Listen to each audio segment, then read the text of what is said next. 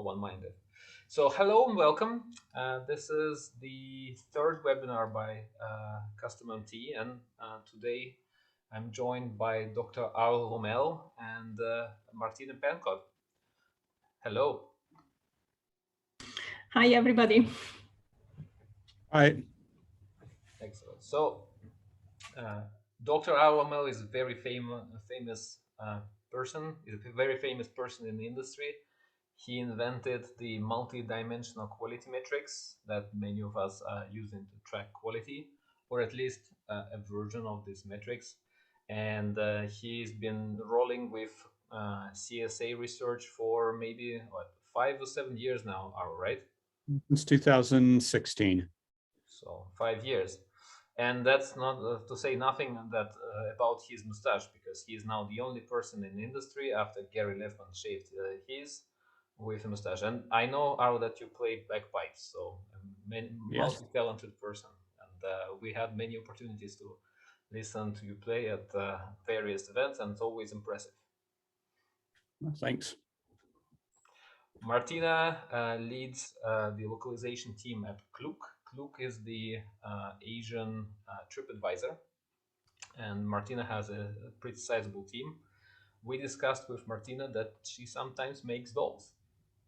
Yes, with crochet. Crochet, which is also very, very impressive. All right, this was a panel introduction. It's a little bit informal, and I hope you enjoyed it. Now we'll proceed to the topic. The topic today is website translation with machine translation, raw MT on your website. You have to be very, very brave to do that, right? In many cases, people will get really weird results. It's enough to remember Amazon's recent scandal when they put male genitalia on a homepage in Sweden, and they got the attention of Reuters, of Forbes, everyone. Because bad translation by the machine made some news. You also see some hilarious examples. Just Google for hilarious machine translation mistakes, and you'll get an endless supply of those. You can ruin your working day, or maybe make your working day, depending on how you see that. I like this particular example on the top right. You see the guy on a bicycle driving and a bit of advertising. This is back from the early 2010s in Russia, where AliExpress was making an entrance to the market, and they just machine translated all the products, millions and millions of words with really poor quality MT at the time, and they put it everywhere. They didn't care that it was poor quality MT. No one looked at it. So the advertising which this guy is driving around reads light black cone spikes. It doesn't make any sense at all. So people machine translated it. They printed it on offset at high cost. They put it on these bicycles and even hired people to drive those bicycles. So imagine the effort which goes into a guy driving around advertising, which makes absolutely no sense. It's pathetic quality machine translation. It's discounted 50% here. Now the takeaway from this is that today AliExpress makes, or this year AliExpress made $3 billion in sales in Russia. So not bad, right? Despite having this awful quality MT, for some reason this strategy paid off and it worked, and they make money. Now these days machine translation quality is getting much better, and at Custom MT, where we train engines, we hear more and more requests. Can we just machine translate our website? The recent request came from a company which makes hazmat equipment for COVID stricken areas, and they just machine translated in 10 languages, never checked. And for some reason, they started getting traffic and requests from those countries. They don't know if the quality is good or bad. No one checked. Probably there are some mistakes, but it works. Could it also work for you? Does it make sense? Is it too risky? So this is what we're going to discuss today. I hope you enjoyed this this introduction. there is this calculation of risk and reward. You machine translate the website, you get more traffic, but you can also get more problems. How does it work? Perhaps or you could take it from here and give us some information which helps us answer this question. And after you go, maybe we'll run a poll among the participants to know if someone's already machine translating their website. Okay, thank you, Konstantin. Just before I go into providing some background data to look at how big the need is for potential need is for MT in this context, I did want to say just very quickly that CSA Research, who I work for, covers the 5 constituencies shown on screen. And so when I'm talking about this, I'm actually drawing on data from all 5 of these groups, from buyers of translation, from LSPs, from technology vendors, particularly developers of TMSs and machine translation, and then also work that we've done with freelancers and with global consumers. In particular, we've done a lot of work with trying to see how the provisioning of language affects buyers of international buyers who use the web. And we've specifically looked at the role that MT plays. So I'll have a bit of data on this. We've also examined the websites of roughly 3,000 leading global brands, and 2,800, and I'll show some results from that. So when Konstantin talks about the need to, the interest in machine translation, what's really driving it is that currently the global customer experience of a lot of organizations falls short because they aren't providing content in the languages that they would like to. Average major brand right now, I think the median is still 2 languages, so their source language plus 1 other. It's really a very small percentage of companies that provide information in a lot of languages. And when we look at what they provide, what we see is what we call localization depth, which is how much of the content in the source language is translated into various target languages. And the slide you see on screen shows what we found the average depth was into the top languages. Most companies translate less than 5% of their content into any given target language. So the average depth is just a little bit less than 5%. So for every 20 pages in the source site, only 1's being translated. And that leaves a big gap that companies would like to address. In addition, when we look at how much they translate, it varies quite a bit by language. So in this, if companies are translating into English, they typically translate about 1/3 of their content. And they're willing to invest in this because English gives them access to almost half of the accessible online economy, in either through native or non-native speakers. So it's going to give them the biggest gain in revenue. After this, the amount of content that's translated drops by roughly half for French, which is the non-English language with the most content. And then it falls off pretty rapidly. And so by the time you hit something like Korean, you end up at 6% of the content in the source language is typically translated into Korean, or Portuguese also 6%.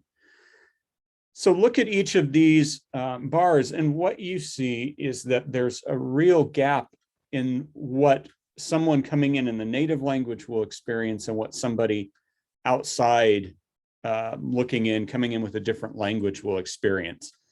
And I'll note this is for the web only. When we look beyond this to the experience people have with things like chat, telephone support, social media, the gap is much wider. So you'll have companies that do a great job translating their website, but the moment somebody needs to pick up the phone or move beyond, the gap really expands. I should also note that in our examination, when we looked at what kinds of content are translated, there's a definite priority. Companies start out by translating their marketing content, and this makes sense They need to have that if they're going to have any presence. Then they move to product information. And only then do they start adding support and other kinds of content that are needed to create a compelling customer experience. So when we look at machine translation, it's a very attractive way to try and address this gap. Because if you're looking at it and saying, maybe you already feel like you're spending a lot on translation, and you say, okay, we've got, maybe you're doing a lot. You say, we've got 10 languages, we're translating on average, let's say you're doing a good job, 10% of the content. And you look at it and you say, can we really afford 10 times the localization budget to really get a good customer experience? And in general, of course, the answer is going to be no, that you don't have 10 times the budget sitting around. So machine translation with very nearly zero incremental cost per word really stands out as an attractive option. And I'm going to share just a little bit more data about the language priorities and depth and things that help set the stage for why MT really has to play a role in any company's contents decisions today. So if we look by the depth of sites based on their source language, one of the interesting things we find is that English actually ranks very low. So if you're creating your site in English, typically you're only translating about 15% of your content into any other language. And I know this all looks higher than the 5% average, but these are the top ranking languages. And these are ones that tend to be also translating into very common languages. French sites are the ones that translate the most. They're translating 3 times as much of their content on a per percentage basis as English sites. And you see that it goes down from there until you hit English. Part of the reason why English sites translate less is that large companies tend to author in English for translation reasons, even if their corporate language is something else. And this means that it tends to be a lot of the English sites are very large and complex sites. And so they just don't translate as much as a percentage, even if they're translating fairly high absolute values. But again, this gives you an idea of the gap that you see and how it may vary by language. Now, I just want to share something from a product we've developed called the Global CX Calculator. And this is drawing on research we did with global consumers in 29 locales. We're adding 5 more right now, where we looked at how they respond to specific language factors in the customer journey. And don't pay attention to the specific values in this chart. This just represents one possible scenario of localization level and language. But what I wanted to show is that for every place you don't have content in someone's language, you see a drop in the likelihood that they're going to move on to the next step in the customer journey. And so in this case, what we end up with rather poor localization is of the 100% of the total addressable market that enters this funnel, only 19% is going to reach to the point where they're saying, yes, I can make this purchase. So they've reviewed the marketing, they've seen the product information, they have the desire to purchase, and they aren't being blocked by a poorly localized portal. And so in this particular scenario, it's 19%. And then due to lack of after-sales support and other factors, you get with an even smaller number that are going to be loyal customers. Now, this was, again, for a specific language. This isn't for all customers, but I think I ran this scenario for, I think it was for Korean. And if you go to the site that's listed there, you can try this out. There's no charge for it. You can see how your particular site might fare in terms of attracting customers. So this means that there's real money on the line. I think very few of us would say, you know what, I'm content with just getting 20% of the business I could get.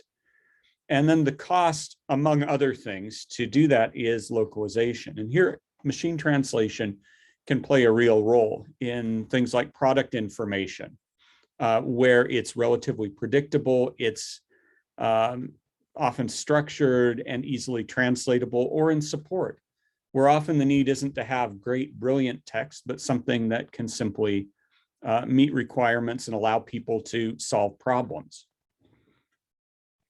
Now, the last little bit before I hand this over to Martina for a bit is at CSA, we ran a hypothetical situation where we looked at the number of bytes of content generated every day. And it was a huge number when we did this late last year. It was 10.9 times 10 to the 18th. I don't even remember what the unit of bytes is there, but this is absolutely huge. It's in one day, more content's being generated than had been generated in written form up until 1900. So it's really massive amounts of content there. Well, when we compare that to what the written translation market was in 2019, we did a little bit of extrapolation, and we determined that the number of bytes translated per day comes out to 0.0000008% of all content generated daily. So anybody who says, well, human translators should do it all, that's impossible. Even if we assume that only 1/10,000th of this content is interesting, that still more translators would be needed than there are available. We did one calculation that figured to cover all the, we made a guess as to the amount of potentially interesting content, and determined it would take the entire combined population of the United States, the European Union, and China to potentially translate all of this content. So humans can't do this unaided. I'm going to come back a little bit later after we hear from Martina and talk about some of the solutions that are being done. But it's clear that machine translation needs to play a role. And the challenge is finding what's that role, where can you use it, where do you need the human involvement, and what's the relationship between the two. And with that, I'll hand it over to Martina. Thank you, Arle. So I thought about sharing with you where we were in 2019 when CLUCA was available in 13 different languages, because that is exactly what Arle was mentioning now. We had the majority of our content available in English, and then we had some markets because of CLUCA is a Chinese, Hong Kong-based company. So the majority of the content was available in Chinese, but not in most of the other languages. So we had probably around 2% the languages that we just launched in 2019 to probably 10-15% of the content localized. And we had the leadership team that was pushing us to speed up with the launch of new products in all the different languages. And as you all know, pandemic hit. So at that point, as a travel industry, we really had to take a break, slow down in terms of investment. So we couldn't operate anymore with the help of external resources. And the only way to go was to look at our content. And that's what we did. So first of all, this is an example of one of our product pages. We look at the content, we try to identify, okay, which type of content do we have on the page, and how can we scale, first of all, the content creation, but then also the content localization into all the different languages. So here, what you can see, the content that is highlighted in green, is channel probably, the color. That is what is actually copywriting by the team that is on board in the product. Then we have the text that is in red, that is actually attributes, so information that are specific to that activity, but that can be also shared by other similar products. So once you have creating this content, and localized ones will be available then for all the products that will have the same attributes. Then whatever is in yellow, so on the right side of the page, is all the content that initially was a copywriting exercise, but then we decided to invest in standardization so that, again, we could just create the content once, localize it, and then make it available to all the products that had a similar or the same type of information. And then anything that is not highlighted is UI. So here, sorry, the formatting is not perfect anymore on the number, but basically the distribution is now that the majority of the content is standardized, sorry, where there is no need anymore for translation. And then 50% of the content is then a copy created by a human, and then with the need of localization. Here I didn't include some other type of content that we have on the page because it was not, let's say, is not something that the localization team takes care of, but is some other service team that we have. So that was the first step. We identify how can we organize the content, structure in a way that can scale. And then later on, we implement in machine translation. So Arle, if you go to the next slide, this is basically the example that we have now on our pages. This is taken from the Korean website. So we have part of the content that is already provided in the target language, the screenshot on the left side. At the moment, we're rendering instead anything that is not standardized in English, and then we give the ability to the customers to machine translate the content. Now, something that we realized through this implementation is, first of all, that we can measure the performance and also the potential ROI of any localization initiatives. Secondly, we have a very low maintenance cost for the majority of the long tail inventory. So anything that it's very valuable, is bringing in revenue to the company, has a lot of visibility and traffic, then we know is worth the investment to localize it. Anything that does not show this potential, and we have a set of different impact score that measure different statistics on the product pages, basically we leave it with machine translation. We're now in the process of, if you go now to the next slide, to change this implementation so that we pre-translate the content rather than delivering it in English and then leaving it to the customers to do then to perform the action of machine translation.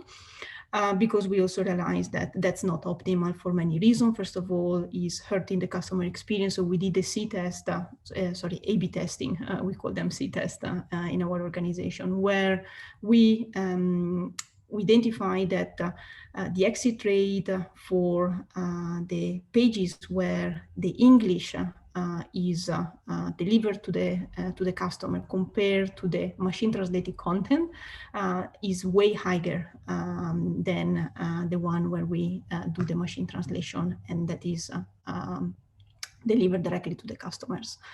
And then what we then decided, the second element that also create a challenge for us is the SEO. So we all know when the content is provided in English or is available in English on your page that is actually meant to be localized, then you get penalized, and you may have problems to build that SEO authoring and as well ranking. So that's why now we're changing out the implementation. So high level in this slide, what I want to show you is how we are now onboarding new products, not just in English, but also in the different languages. So we have a skeleton system, we call it skeleton publish, where mainly the standardized information get onboarded.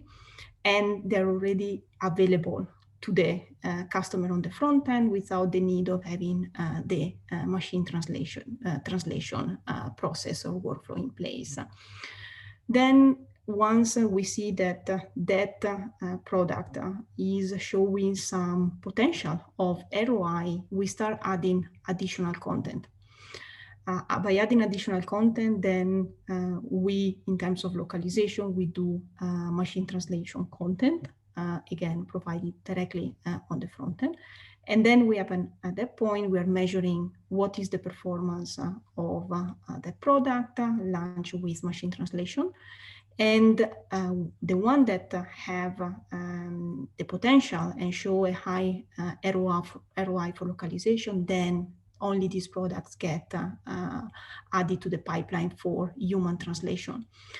And then, of course, we don't stop here because the content and the product information needs to be maintained and at the same time also optimized. So we have another layer later on where we go in to the same product and we do user experience, but also SEO optimization.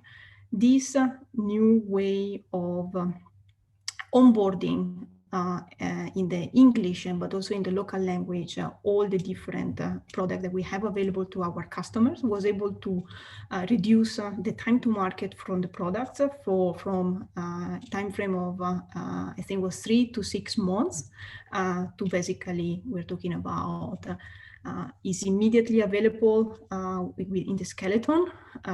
So what I show here, 3 to 5 business days, is mainly the onboarding time frame to basically then 10, 15 days, we are going to want to launch it with full translation. Now, it's not perfect. The machine translated content is not always of the highest quality. Like Konstantin showed us at the beginning, we also have sometimes situation where the translated content is completely far off from the source. And that's one of the main struggles that we have today, especially with our linguists in-house, to make them accept and see that machine translation content is the way to go in the future to be able to scale up operations. And sometimes we need to let go a bit of the quality. And I pass it over back to Arle to continue discussing the different struggles that you also observed. Okay. Thank you, Martina. Just before going, I wanted to say in the preparation for this, when Martina was talking about Kluk's processes, I had to say that this is an example of a company that's really doing this right. So Kluk's way of looking at this from an ROI standpoint and finding a way to determine when they need to involve human translation is really a good model for companies looking at trying to incorporate machine translation into their processes. It's very nicely done. Thank you, Martina, may I ask, what's your localization depth now? So you had 15% before, now is it 100%? No, we are still far away from these numbers. I think in markets like languages like the 3 Chinese that we're covering, because also we cross leverage between the 3 Chinese, probably we are at 70%. Markets like Japan or European languages, we are still very far from those numbers. So probably we are at 30, 40%, and we were starting from a 5%. I'd observe that that's still, you may say you have far to go, but that's still far beyond the average that we observe. Yeah. One thing I'd note around using MT that Martina said that came to mind is in our study of buyer behavior, we found that people, and when it goes back to Konstantin's point about the bizarre Russian translation, is that people actually prefer bad machine translation if the alternative is no translation. So when we talk about MT, it's often, I think, presented inappropriately in the localization industry as an alternative to human translation, but it's really best understood as an alternative to zero translation. And what Martina showed really highlights this, because this is content that without machine translation wouldn't be translated at all in all likelihood, because the value is uncertain, but machine translation lets Klook understand the value and then decide what to do. And so in this sense, it's really an enabler for greater content and greater accessibility. Now, next, I wanted to talk about why some implementers in various groups struggle with using machine translation. We've seen that there's pros and there's cons, so I thought it was useful to look at some of the challenges. So first off, these are based on recent surveys we've done with the different stakeholder groups. And I'll start with saying that 24% is the amount of content, either in volume of projects or in total amount of content, that LSPs process using machine translation. So this means only about 1/4 of the content that comes into a language service provider is officially handled using MT. Now, we do know that probably more than that is handled because many times the freelance linguists and others will use MT, but this is the amount where they're officially saying, yes, we use MT as part of the process. Now, you may ask why it's not more, and I'll come back to that. Now, 23% of enterprises report unrealistic ROI expectations. These are often tech companies or others where you have a CEO who comes and say, hey, I read in Business Week that this MT stuff is just as good as human translation. Why don't you go fire our localization teams and just use MT and we'll save a boatload of money. And so the expectation is that they're going to be able to somehow do this for far too little money. There's often little understanding of the costs of MT as well. Because if you want to do the right job with it, there are some costs that are associated. 62% of LSPs in turn struggle with estimating the effort and cost it takes to use MT. So this is a disincentive to use it. If they don't know for sure how much it's going to cost, a lot of them have been burnt in the past with projects where they thought, well, let's use MT, it's going to save us money. And then it's actually ended up costing them more than it would have. Now, a lot of this is looking, I think back at the past, the technology is improving. And I noticed in the question and answer if these are worldwide trends. Yes, the LSP ones are, data is from what we called the ranked 191. These are the 191 LSPs that fall in CSA Research's top 100 or in the regional rankings that we have. So this is worldwide. There is regional variation that I'm not going into, but Eleanor, if you're curious, certainly feel free to reach out to me. Now, 41% of enterprises also report that they experience pressure to use MT in inappropriate situations. Again, this comes often from executives who don't understand what's going on, and they say, hey, yeah, let's translate all of our marketing. When you're looking at deploying MT, you need to understand the risk profile of the content and make decisions accordingly. For something like very key marketing, there's a high risk if something goes wrong. And so you can't tolerate something that may deliver a result like what Konstantin showed. And then finally, 72% of LSPs in this case report difficulty in meeting quality expectations. So their customers have an idea what they want. They say use MT and then they struggle. They have to do a lot of cleanup, post-editing, and other things to make it worth their while and meet expectations. So I'm going to now close out my part with talking about a little bit about the future of MT and how the technology is evolving in ways that may improve some of these things. So I recently delivered the keynote at the Machine Translation Summit, in which I talked about the evolution of machine translation going back over time and in terms of the complexity, starting with generic machine translation, You think of Google Translate, where it's a one-size-fits-all model and you get what you get. If I put in text and you put in text, it's going to be the same. Then we saw the emergence very early on of domain machine translation, where it's something the MT is tuned to a specific need. Initially, this was done by tweaking rules, but with the development of statistical MT, that's done by using different training data.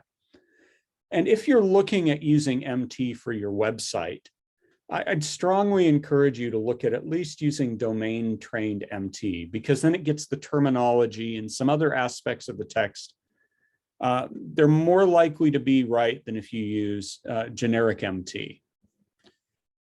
Moving forward, we saw the development of custom human enriched machine translation, where you had humans involved with post-editing and other things. You saw adaptive machine translation that learns in real time. And this then led to what we called augmented machine translation. Augmented machine translation is something that uses a diversity of resources to help a human linguist deliver better output. Augmented translation puts the human in the center and surrounds them with machine translation, terminology management, content enrichment, and a variety of other resources. And this is where a lot of the development in the past 3-4 years in translation technology has gone. Now, our prediction is that we're going to see what we call responsive machine translation, which is machine translation that is further enriched by metadata. Metadata is information about content. So examples would be at the segment level saying, what kind of content is this? So that you don't translate your legal text with a marketing engine, just because there happens to be a few sentences of legal boilerplate in a marketing piece. Or you don't end up mistranslating your marketing because it's embedded in a product information page, but there's a marketing blurb. Having metadata about what the content is, what its purpose is, the level of formality you expect, the product line it refers to, and all these sorts of things will start enabling machine translation to become more and more responsive to the contexts in which it's embedded. And this is where we're going to see MT in the next few years becoming ever more capable. And that then the top layer in this view is something called responsible machine translation, which is when we start adding ethical and other concerns to it. And I won't go into this today, but wanted to give you an idea of where the technology is heading. Now, some of you may say, well, doesn't this mean the end of human translation? And I'd say absolutely not. Humans have to be involved with this. So much of this is learning from human activity, but it makes them far more capable. So we don't need the combined population of China, the European Union, and the US to translate everything. But today's translators can produce far more because the machines can take over things that they know they can do well and escalate to humans. So this represents a very different future for MT that's going to make this idea of using MT for your website much more viable. And with that, I think that's the end of what I've got. So I'll turn it back over to you, Konstantin. If I can advance. Oh, okay. I have a problem on my side.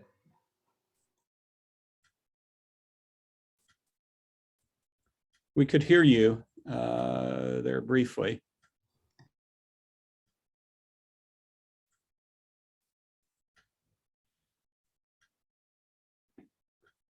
Well, maybe while Konstantin's trying to get things worked out, if I just mentioned, if anyone has any questions, please go ahead and put them in the chat. Some of you have already been doing this. There's a couple of questions. I'll go back while we're waiting for Konstantin. Yuka asked, were we talking only about web localization for depth? I think in both the case of Martina and me, yes, partially because this is the part that can be easily measured. Once you start looking at something like localization depth in apps or print documentation or other things, it's much, much harder to determine. So at least at CSA Research, we use web content as a proxy for this. Alan Melby says the metadata you described for augmented translation sounds much like values of the translation parameters in ASTM F2575 section 8 and an annex of ISO 17100. Is this correct? Yes, absolutely. A lot of it is. Some of it might be things that aren't necessarily included there, but a lot of what's in that standard, and for those who haven't seen that, it's well worth looking at it. It covers a lot of the things that you might want to see in a translation brief. And if machine translation could start handling that, it's going to deliver better out. Okay, Konstantin, are you? Arl. Okay. Thank you for holding the fort. You saved our day. Right. So, ladies and gentlemen, we presented the research part and we discussed the practical part and implementation of Klook by Martina. Thank you, Martina. Well done.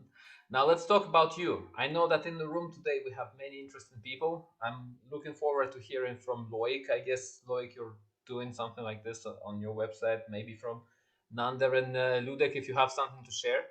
And I'll launch a poll to ask, are you already doing raw MT for something?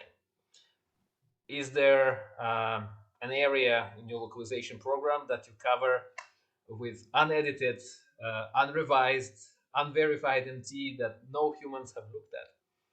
So we have 10 people voting, and so far just one person uses MT for websites. Oh my God, that's unexpected, or maybe expected. Arlo, do you see the results as well as I do, or it's only on my screen? I can see them. You see how they clock, right? So we'll give 30 seconds more for the result, then I'll plunge into my part. What I want to cover, of course, is what's the practical approach today. Machine translation got so much better. Arlo has covered that if you're implementing it to your website, you are not leaving money on the table. You're making a better international experience. You're doing the right thing if you're implementing MT, and you should make your MT good, right? At least the domain model, and maybe put more investment. Martina demonstrated that you should take a look at what you're actually MT, not the whole page, but maybe some attributes.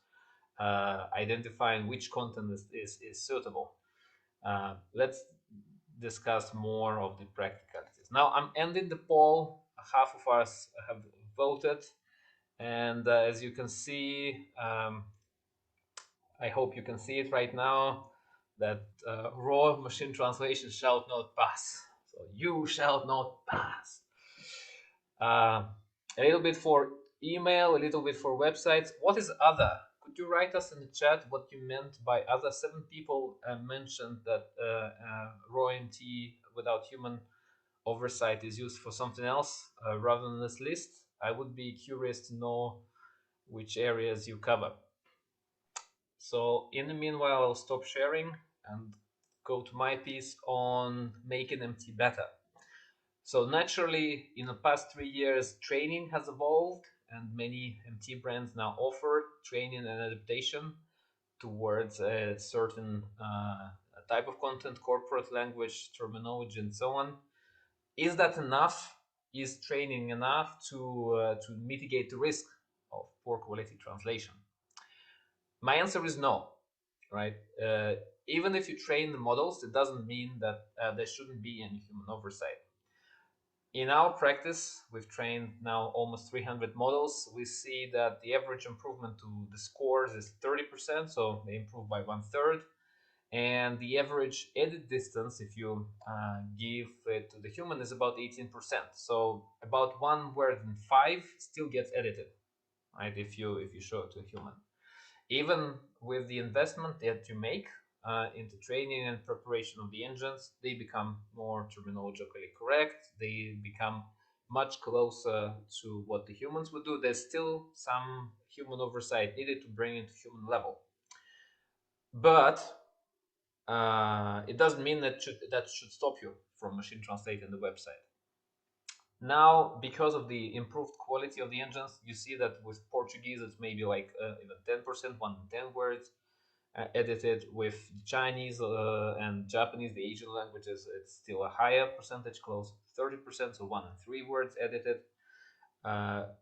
But for those languages which do not have this high edit score, and for the content which is not so mission critical, maybe you can deal with post editing with like zero editing. Or if you show the next slide, there's a couple of services which are coming up, and they have the same model, right? You have bilinguals or monolingual people just looking at the empty output, and they don't edit. They just flag if they see something inappropriate coming up on the page. The risk with MT is not the stylistically incorrect translation or a grammatical error, is that you have something not suitable for children on your homepage, that there's a scandal. A poor translation on a big website, which is like a marketplace or a directory or a catalog, it could be tolerated. But as soon as people see naughty stuff or something which really stands out, that causes a scandal. So people have started looking, what can we do to mitigate that? And there's a level of full post editing, there's a level of light post editing, there's a level of post editing where there is no editing, right? It could be just controlling by a human quickly scanning the page if they see anything which really stands out. This could also be the case. Right. So with this in mind, coming back to you, what do you think? Is it practical to translate a website with some investments and making models better? Maybe with some connected API, which gives you a human who looks at the output and scans for appropriate stuff? I think yes. My opinion is, of course, optimistic. I represent the vendor side, which deals with machine translation, and I think it's great. Look at the examples of poor quality translations from the beginning of 2010s, 2013, 2011. It worked. Over time, they could make it work. They could connect with the market, and the availability of the products and the price, and just the ability to find them, it trumped over the requirement for quality, at least for a B2C company. Maybe for a company which provides B2B service, that wouldn't work so much. But in a case with a big website, an interactive product, giving people the ability to read is better than giving them nothing. So I probably end up here. We can probably stop the sharing the screen, and let's see what kind of questions or suggestions we have. And ladies and gentlemen, if you have something to say, please either raise your hand or indicate in the chat, and you can open up your microphone and camera and participate in this discussion. What do you think? What did you learn today, and what would you like to share from your experience? All right, we have the first question coming in from researcher Mary Nurminen, and it's for Martina. Martina, are you ready? Yeah. Mary, would you like to read your question instead of me so that we hear your voice? Okay, can you hear me now? Yes, please go ahead. Okay. Yeah, I'm just wondering that when you offer already machine translated information, do you make sure that people know that they're reading raw MT? Because when you offer it in English and they can machine translate it themselves, then they become aware that they're reading raw machine translation. But when it's offered in its already translated state, how do you make sure they are aware of what they're reading? Yeah, well, in our case, we decided to go with raw machine translation and to have the customer to consciously see the content in English and click the button to translate.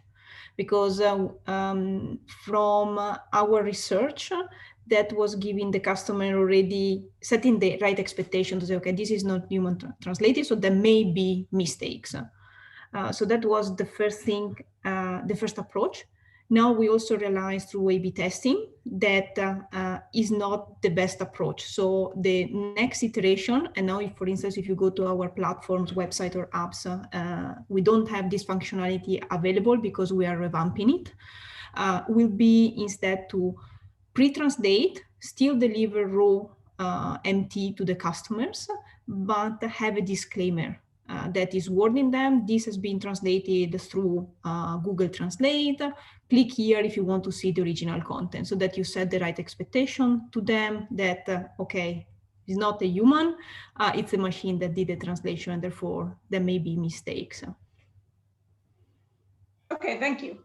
Thank you. The next question comes from Mr. Alan Melby on Surface 6. Alan, would you like to say your question aloud and join us here? Yes, Konstantin, can you see me now? Yes, hello, how are you doing? Hello, greetings. So we've come up close to this question of risk several times during this webinar, but I feel that we have not, we've then each time we kind of back away before we get to the meat of it. And so I'd like to propose that what is missing in the industry, the translation industry, is, and I quote myself, an effective tool for calculating the potential benefits and risks of using raw machine translation on a website. Who do you address the question to? I address it to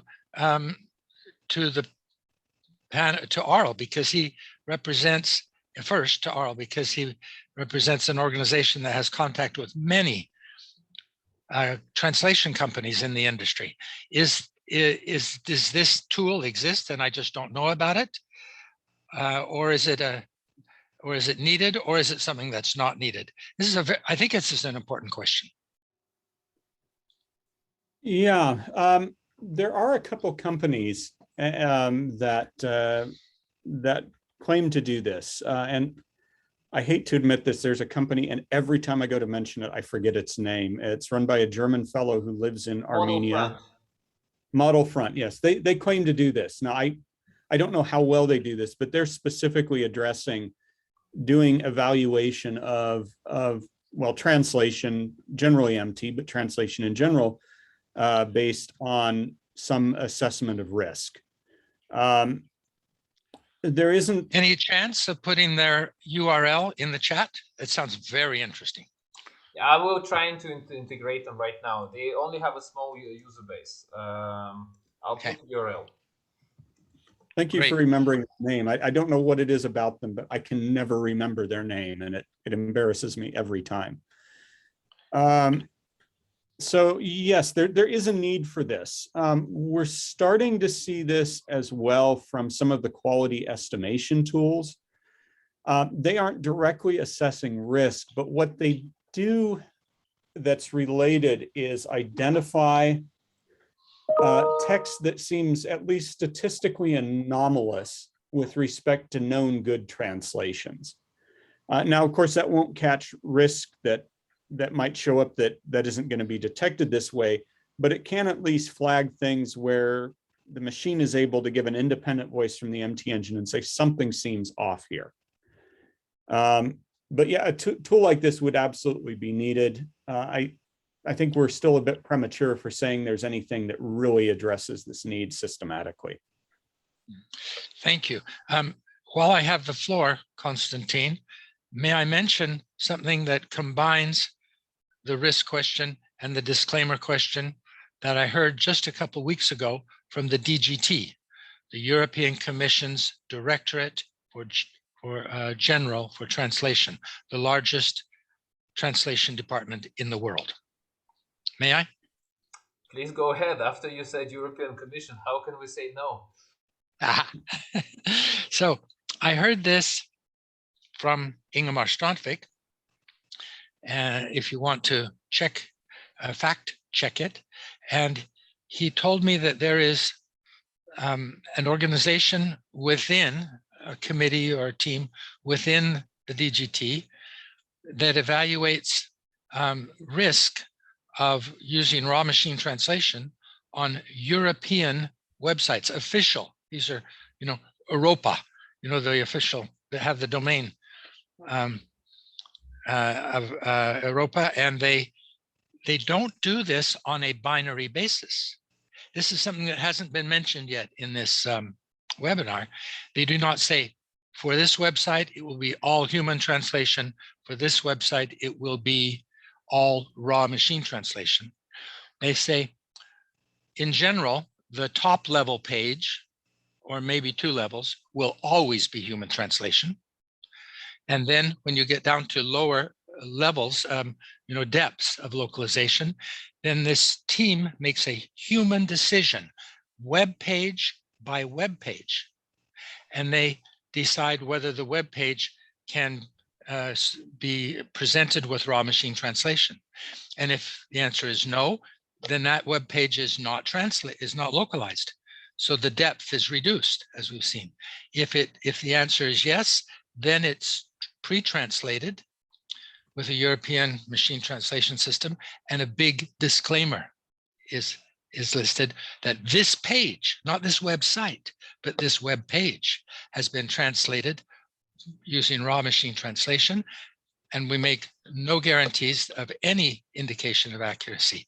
I think this approach is brilliant, and we should pay more attention to it. I'd really like some comments from the panelists and the participants. Right. We might get to this maybe in a write-up later, so that we give there's 2 more questions waiting, and we only have 4 minutes. The approach would probably work for a high compliance website of a European institution, but for a website like Look with thousands or tens of thousands or hundreds of thousands of pages, that would be inefficient to look at 100,000 pages one by one. Let's have a look at the next question then. We have Eleanor raising the hand. Eleanor, would you like to go next? You're muted, Eleanor.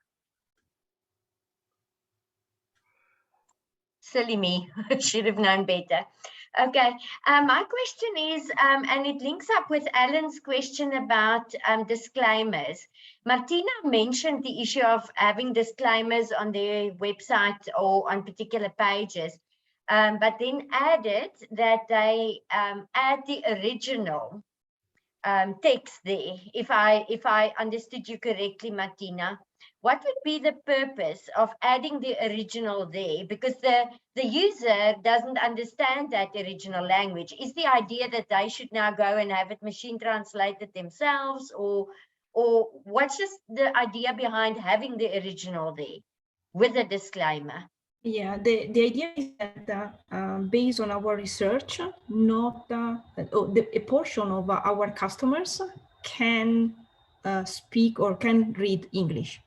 So this part of our customer base, they should be able, if the quality of the translation is poor, to revert back to the original language and then go through the information. Something that I also forgot to mention is that any, information that is booking relevant, then usually is never machine translated. It's all the content that we have standardized. So that is more the informative content, like the description, the unique selling proposition. We also have the reviews down the page and some bite of information that could not standardize within the standardized field that are actually getting machine translated. But then the majority of the content on the page is actually human translated because of the standardization process we did. Thank you very much. Welcome. Right. One last question.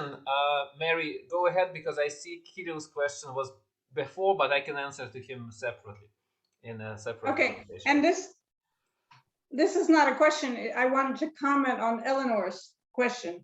Actually, I've done research that shows something like for an online machine translation tool, some 80% of people who answered this survey, there were 1,500 or so answers, said that they understand at least a little of the source language. So it was a little or quite a lot or a lot. So people, it really seems to indicate that people are very much using both the source text and the target text when they're interpreting raw machine translation. So that's why when you said you give them access to the original, Martina, I was thinking, yes, good for you.